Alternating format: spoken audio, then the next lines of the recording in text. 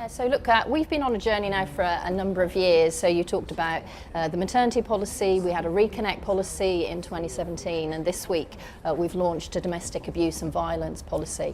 And what we're finding is it's really helping us both change the numbers of women we have at Vodafone, but also, that in turn is helping change the culture.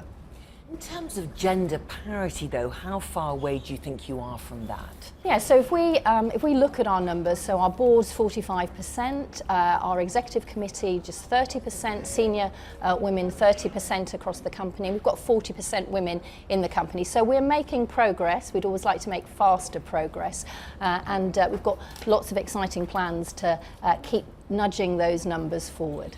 But as Karen was saying, Sharon, have you seen an increase in, you launched the policy, the global maternity policy in 2015, just around International Women's Day that year. What sort of impact have you seen since then? Yeah, so if we look at 6,000 women inside Vodafone have benefited from our maternity policy, and what's been lovely is other companies have copied that. And since 2014, we've seen a 10% increase in the number of women that apply and join to Vodafone, and we've also seen a reduction in the number of women leaving during that first year back after maternity.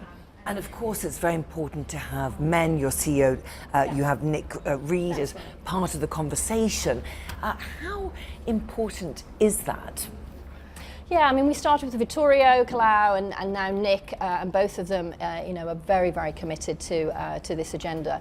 And that's why, in addition to all the things that we've done so far, this week we have launched a domestic abuse and violence policy. So we did some research with our Vodafone Foundation that found 1 in 3 women, but also 1 in 6 men are impacted by this. And if you look at the impact on work, that what we find is 60% of women are saying it affects their career, 10% leave. Yeah, so this is a work issue, and we've said, okay, we need to put a policy in place, 2 weeks safe leave and access to expert advice to help women and men in this really serious situation. Sharon, obviously Vodafone has deep pockets, and you have the ability perhaps to offer benefits that much smaller companies struggle with.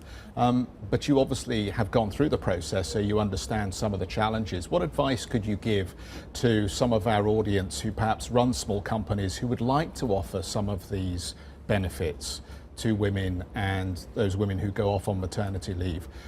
How can they do that without a significant hit to their bottom line? Yeah, so look, I think you should look carefully, and every business, of course, is different. But if I take the domestic abuse policy that we've just introduced, that actually has a more negative impact if you think about losing women, having to rehire, retrain. That's the same with maternity policy. Yeah, there's hidden costs. So I think what we'd ask everyone to do is look at the real costs of women not joining or joining and then leaving because of some of these issues.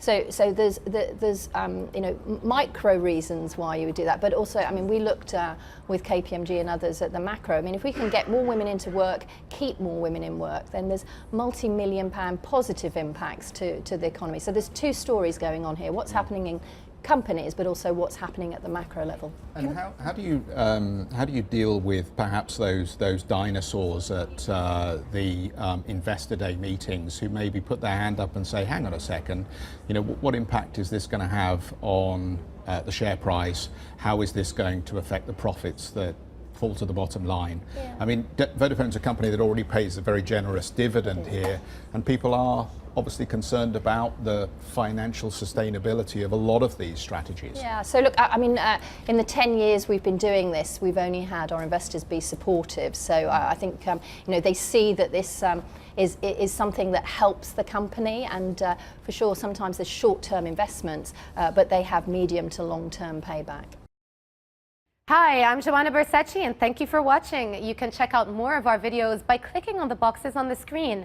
And don't forget to subscribe to our channel for more from CNBC International. Thank you for watching.